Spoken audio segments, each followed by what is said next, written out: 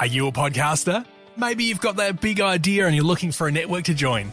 The multi-award-winning Ozcast Network can get your content to eyes and ears all over the world. Join now for the first month free, and you could be featuring this sound at the beginning of your podcast. Ozcast. Simply head to ozcastnetwork.com for details.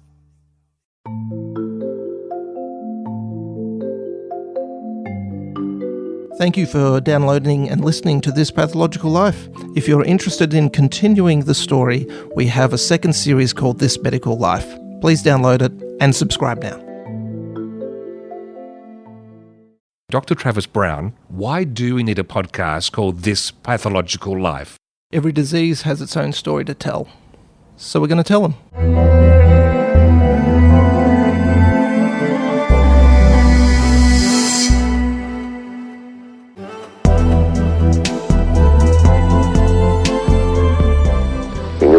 Would not be the same. Few people laughed, few people cried, most people were silent. I remembered the line from the Hindu scripture, the Bhagavad Gita. Vishnu is trying to persuade the prince that he should do his duty, and to impress him takes on his multi-armed form and says, "Now I am become death, the destroyer of worlds." I suppose we all thought that one way or another. This episode of This Pathological Life is all about radiation. Dr. Travis Brown, I'm hoping we get glowing reviews for this one. Hopefully. And I mention that because whenever I hear the term radiation, I remember growing up, and my dad was a member of St. John's Ambulance, and he had the hat he'd bring home and had a white top that was glow in the dark. And I had my watch, which was glow in the dark. And I remember that was a form of radiation at work there. That's what made that possible, to glow in the dark. And in latter years, I believe, as a society, we've moved away from that sort of fancy clothing. We have. Look, it's an amazing story, radiation. It's one of scientific discovery, but also not recognizing the own dangers of what they were dealing with.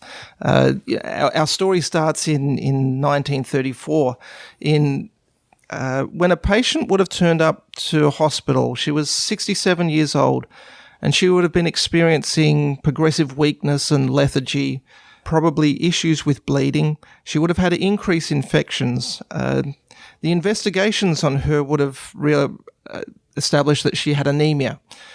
She was neutropenic, so she didn't have any white cells. And she would have been thrombocytopenic, so she would have lost all of her platelets to be able to clot. So what we call that is being low in all of those is pancytopenic. So if they had done a bone marrow on her at the time, it would have almost been empty. What we say hypocellular. There wouldn't have been any cells to produce any red blood cells, no white blood cells, or even platelets, megakaryocytes. The patient died. She died of what we would call today aplastic anemia, effectively bone marrow failure. This is Marie Curie. Oh. So she ended up, she was a phenomenal person. I wish we could spend more time looking at her history. But she discovered radium and polonium, and she worked with this for over 34 years. Now, just a glance at radiation, three types, main types. Alpha particles, which are heavy. They consist of two neutrons and two protons. They travel short distances but can be stopped by a piece of paper. You have beta particles, which are electrons. They can penetrate the skin, but they don't go all the way through. And then you have gamma particles, which are the main one. They don't have a mass or a charge. They can penetrate and go through the entire body. It's the one that we mainly use with medicine. Mm-hmm. It's the one we mainly use with medicine for X-rays. But it can't go through concrete and lead, so this stops it. The problem is with radium, it emits all three, and it has energy that damages DNA. And so if the DNA damage is small, the body can repair it. If it's constant or large, so much damage happens that the cell ends up dying. Now, with radiation, we know that dividing tissue is much more affected than non-dividing tissue. So It's fantastic for treating cancer because it's dividing most of the time. But it affects other areas as well. So when we look at the skin, if skin is affected by radiation, it gets red. And if it's persistent, it can be red for a long time. With regards to, 2 or 3 weeks later, it comes back even redder. If it's a large dose, you can get blisters and ulceration, hair loss, and abnormal pigmentation.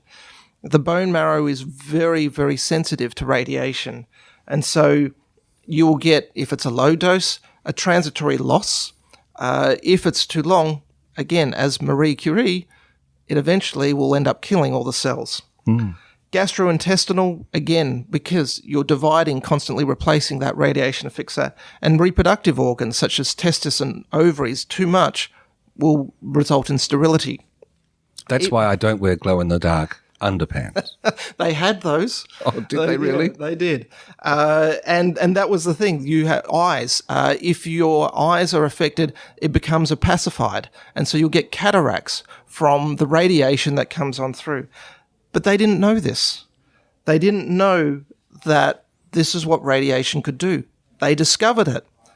And to be honest, they thought it was a miracle cure.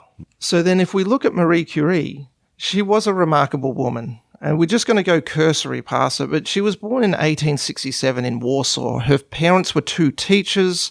Her mother died when she was 10 years old of TB. But she learnt maths and physics at a time when it wasn't really permitted that women were to learn. She couldn't go to the University of Warsaw because it was all male. So she ended up learning all of this in an underground type of secret way, but managed to go to Paris and get her master's in physics in 1891. She met and married her husband, Pierre Curie, and they formed an amazing duo that when radiation was identified, she was able to isolate and find a mineral called pitchblende, which was more radioactive than uranium and was able to isolate through that radium and polonium. So for this, in 1903, she shared the Nobel Prize with Pierre in physics and ended up in 1911 winning a Nobel Prize again for chemistry. Her daughters, she had 2 daughters during this time, and one of them also won the Nobel Prize in 1935. Now, Pierre died, unfortunately, in a traffic accident. Again, Marie was championing X-ray use in 1914 when the war started. Now, it was around this time that we start to get, which we'll come back to in a little bit, 2 doctors who started finding that if you mix radium with paint, you can get glow-in-the-dark paint that can be used. And so what Marie started to do at that time was radium became the most valuable product in the world. For a single gram, it was $120,000, which is equivalent to $2.2 million in today's standards. So she was just trying to buy radium now, even though she had discovered it. But there were a few warning signs about the dangers of radium.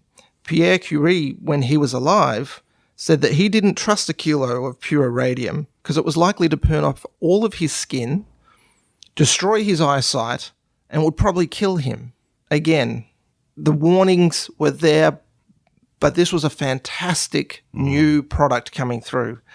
Marie Curie was known to walk around with test tubes of radium in her pockets. Her notebook from 1899 to 1902 is still radioactive and will be for 1,500 years. And we're about to get to the radium girls, who were women who were paid to paint the clock faces that bore the brunt of what we learnt about radiation damage. I worked in the biggest room because there were over 100 girls worked in there. So we just figured, well, we got a little radium left in our jars. They're going to be well cleaned out. We got to get new for starting after lunch. So we paint our faces up and put mustaches, and a couple of girls painted their ears. And one time we had one girl that even painted her teeth and held her mouth open till it dried on there. See, it dried. And then the 3 of us, we went in the dark room to make faces at each other, see. And then you don't see nothing, nobody. All you see is the radium. This pathological life continues now, and Travis, I am taking notes for a lawsuit against my dad for giving me the chance to wear that glow-in-the-dark hat. So please continue on. I'm taking copious notes. So the paint that they discovered or created by Dr. von Sokoki was called Undark, and this was part of the era where they thought radium was believed to be a fantastic cure-all. So pharmacists were starting to put it into dressing and pills and even tonic water that you could drink. It was believed to be a cure for cancer, for hay fever, for gout or constipation. And it was included in products such as underwear and lingerie, butter, milk, toothpaste, which guaranteed a brighter smile every time you brushed with it, even makeup. This was just, I'm not quite sure what they thought it was, but it was just a glowing. Well, we do have a penchant for the novel as humans. We love novelty. Yeah. And so, yes, of course, we rush to it. Well, this glowed in the dark, so I think, as I say, novelty, but we just didn't know. And then, again, we come across the war, and this illuminescence quality starts to become very, very important because women were started to employ to paint hand watches. So the dials on instruments and watches started to become very good because you didn't need to have a light to see in the dark in wartime. And so the women were paid 1.5 cent per watch and could earn up to 3 times what a normal factory worker would earn. And they ended up being the top 5% of female wage earners that could earn up to $20 per week. And there's a saying when they did it. So they're trying to paint hand watches, so the arms of the hand. So there's a technique that they used, which was lip, dip, paint. So they would put the paintbrush in their mouth to make it fine, dip it into the radium, and then paint the hand wash. And then you would do that over and over again. Now, this started in 1916. And in 1919... 2.2 million luminous watches were produced. And this was highly radioactive. So, again, the women were told that it was perfectly safe.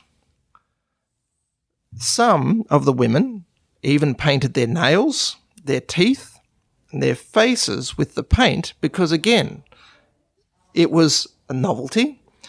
And after a shift, the women were literally glowing. Goodness me. So by this stage, though, radium was so valuable that the women, once their shift had finished, would go to a dark room where they would be brushed down from all their sparkling dust, which would then be put into a dustpan and collected for the next day. It was on their clothes, it was in their on their backs, on their skin, and again, they were sort of glowing. The only way they could make this absolutely perfect is to go home to a home made out of asbestos, and they would just have all the good things of history. As I say, it boggles the mind, but it wasn't until 1921, so 5 years later, that the original painters started to get symptoms. So they're starting to get toothaches, mouth sores, it's painful to eat. They're getting gum and jaw pain. They're getting aches in their hips and some of the joints. And then teeth start to fall out. And no one knew why. And then people started to die. So there was one case of a woman who got a mouth ulcer so large that it perforated her jugular vein and she ended up dying from hemorrhage.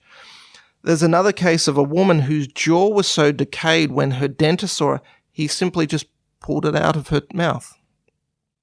And so these women were getting tumours of the jaw, the neck, the bone and tongue. These were sarcomas and leukemias. There was an industrial hygiene division of New Jersey that investigated, and that ended up saying that the lip pointing practice was dangerous. The diagnosis that was associated with this was called radium jaw. And in 1925, one of the original painters, her name was Grace Fryer, tried to sue the company. It took her 2 years to find anyone that would take the case. By that stage, 4 other women had joined, so that's 5 in total, and they were termed by the media as the Radium Girls. Now, in 1927, they ended up taking the company to court, but the company settled in 1928. They settled for $10,000 each out of court, and they would have paid $600 per year for their living and medical expenses. However, the women had trouble collecting because they were so weak at the time they couldn't go into the court to raise their hand to take the oath to get the money. So it was estimated that several thousands of people were exposed by this time. The company responsible fought the cases, and it wasn't until 1938 when the Supreme Court rejected the last appeal from the organisation because so many occupational regulations had come in to protect that they were fighting. This takes us to 1939, where we find the Einstein-Szilard letter written to President Roosevelt. In the course of the last 4 months, it has been made probable, through the work of Joliot in France, as well as Fermi and Szilard in America, that it may become possible to set up a nuclear chain reaction in a large mass of uranium, by which vast amounts of power and large quantities of new radium-like elements would be generated. Now, it appears almost certain that this could be achieved in the immediate future.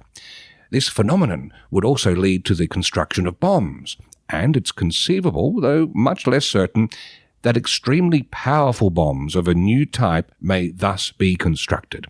A single bomb of this type, carried by boat and exploded in a port, might very well destroy the whole port together with some of the surrounding territory. However, such bombs might very well prove to be too heavy for transportation by air. So that was written in August 1939, and the initial steps towards the Manhattan Project were taken in December 1939. This was formally set up in 1942, where we've got J. Robert Oppenheimer, who's the lab director, in 1943. And in July 16, 1945, in New Mexico, under the Trinity test, they detonated the very first atomic bomb. And here's the thing that sort of bends my mind a little bit. It's the exposure of the Radium Girls whose injuries were so detrimental and public that the scientists who were developing the atomic bomb took so many precautions. So the Radium Girls' exposure saved the lives of the scientists who developed the atomic bomb. That's irony writ large, isn't it? Every cloud has a silver lining, except nuclear mushroom clouds, which have a lining of strontium-90, cesium-137, and other radioactive isotopes. Upon detonation, atoms are literally gutted and gluttoned at temperatures exceeding that of the surface of our sun. When Little Boy was detonated over Hiroshima, only 1.38% of its uranium actually fissioned, which means the fission of merely 0.7 grams of uranium, that's less than the weight of a banknote, was enough to kill 80,000 people and destroy 2/3 of a city's buildings. Travis, let's complete our coverage of this great leap forward with the final act of this episode about radiation. The story of the atomic bombs being used in the war are well known, but to bring it home to Australia, we've got the story of Maralinga. So this is in the remote western areas of South Australia. Between the years 1956 and 1963, the British detonated 7 atomic bombs at this site. One of them was twice the size of the bomb taken at Hiroshima. And the first bomb was set off 2 months before the Olympic Games in Melbourne in 1956. Even some of the radioactive fallout was detected in Townsville, 3,000 kilometres away. So the story of this is where the British approached the US and Canada and said, hey, can we test our bombs? They said no. Our Prime Minister, Robert Menzies, agreed without even consulting Cabinet, so was keen to have them across. And between 1950 and 1960s, 35,000 military personnel ended up living at Maralinga. And now this is equated to the size of Manhattan. It had a permanent airstrip, railway access, roads, even a swimming pool. And what they did there was two parts. There was a major trials, which were the atomic bombs, and then there were minor trials, which we'll get to a little bit later. But the atomic bomb detonation, they had steel and concrete towers that they would build to detonate them. These were vaporized on detonation. They had hundreds of servicemen who would watch the explosion in the open that would wear nothing other than, short shirt and long socks. Once the explosion was done, the RAAF airmen would fly through the mushroom cloud and conduct sampling. And this was usually without any adequate instructions, radiation monitoring device, or even protective wear.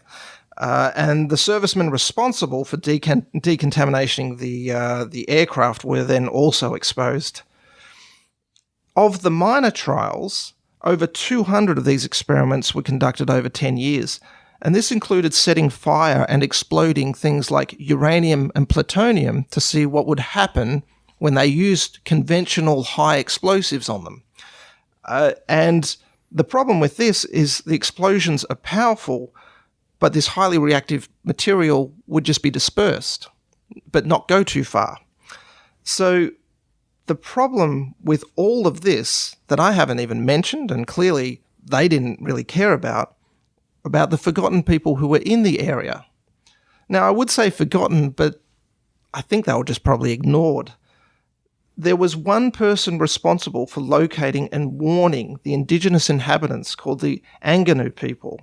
He was a native patrol officer by the name of Walter McDougall. There's one report from Walter where he raised an incident where the Mulpuddy family was found camping at a crater. Eddie Mulpuddy, she was pregnant at the time, and they were travelling the Great Victorian Desert Plains where they found this crater. The ground was still warm, and rainwater had collected at the bottom, which they drank from. They set up a campfire, and they were able to catch rabbits very easily because they seemed to be disorientated around the time. 2 weeks later, Eddie delivered a stillborn baby. Later in her life, she had children with physical deformities and mental issues. And if you thought this information changed anything about the project, there's a quote from the chief scientist of the Commonwealth Department of Supply to Walter McDougall's manager in 1956. Your memorandum discloses a lamentable lack of balance in Mr. McDougall's outlook, in that he is apparently placing the affairs of a handful of natives above those of the British Commonwealth of Nations. So it's estimated that 1,200 people were exposed to what they refer to as puyu, which is black mist interpreted. The bomb site ended up being referred to as Mamupulka, which is also interpreted as big evil. So the symptoms these patients got were sore eyes that could eventually lead to blindness. They'd have skin rashes, vomiting, diarrhea, fever, cancer rates, increased lung disease, and, of course, death. The British ended up taking an operation called Operation Brumby, and this was a clean-up effort by British and Australian government. And the site was closed in 1967. Now, this operation tried to dilute and bury any of the contaminated material, but the job was done poorly, and it wasn't until 1995 and in 2000 that a proper cleanup was undertaken at the cost of $100 million. The land was returned to the Tjataja people in 1984. They got $13 million in compensation and another $6 million to maintain the township. For the non-indigenous people, the exposed British and Australian servicemen, 30% died of cancer. There was the McClellan Royal Commission in 1984 that conducted an investigation. They conducted an investigation, however, they were unable to conclude that each specific case was caused by the tests. And no one was able to speak about these events because they were covered by the UK Official Secrets Act. Of course. So what do we have today? There is 3 or 4 people that live there currently who are caretakers or tour guides of the area, so you can go and visit it. There's a deserted military installation. We have 22 major pits which extend up to 50 feet deep and which can be 15 meters wide. They're encased in concrete to protect it from radiation. There are some craters that are in a perfect circle, but vegetation is still unable to grow there because anytime the roots get down to a certain depth, it just dies. We have areas where those minor experiments, we have about 22 kilograms of plutonium that's just been scattered about. So there's areas sectioned off. These have a radioactive life, a half-life of over 24,000 years. You've painted a great picture, Travis. I wonder if our two families should holiday there jointly sometime soon. Again, it's just one of those things that this didn't happen hundreds of years ago. This was our government. This was our grandparents' government. It's staggering that this is what's happened. On the Nullarbor Plains, some 600 miles from Adelaide, just north of the Transcontinental Railway, is the remote and lonely village of Maralinga. Here was the site of an experiment with man's most revolutionary discovery, the atom bomb. Camera towers raised several miles from blast point are to record the blinding flash which the human eye cannot watch. I'll tell you about what happened 1953. Walladina was a big community, used to be in 40s, late 40s and early 50s. The bang, it was one big one but sounded like other little bangs in between. And the ground shook. Then mid-morning we seen radiation full out, or what we're calling it, black smoke. Couldn't see the sun. It was like a light cloud, and it went across. And after that, a lot of people got sick. Right one I lost straight away in 3 weeks. Then I become totally blind, 1957. Only one thing we proved through our lawyers and the British scientists, and there was radiation full out over Walladina from Totem 1. And that's all we proved. Everything else we just couldn't. This Pathological Life is produced by ClinPath Pathology in South Australia. Episode notes, references and learning objectives, when applicable, can be found at thispathological.life.com.au. And you can contact the hosts on Twitter via @Dr. Travis Brown or @Steve Davis.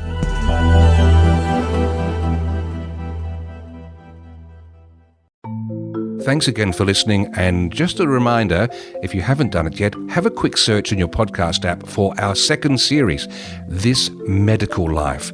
Dr. Travis Brown has rolled up some extra guests, some extra topics, and we continue the story there, and we'd love to have you along.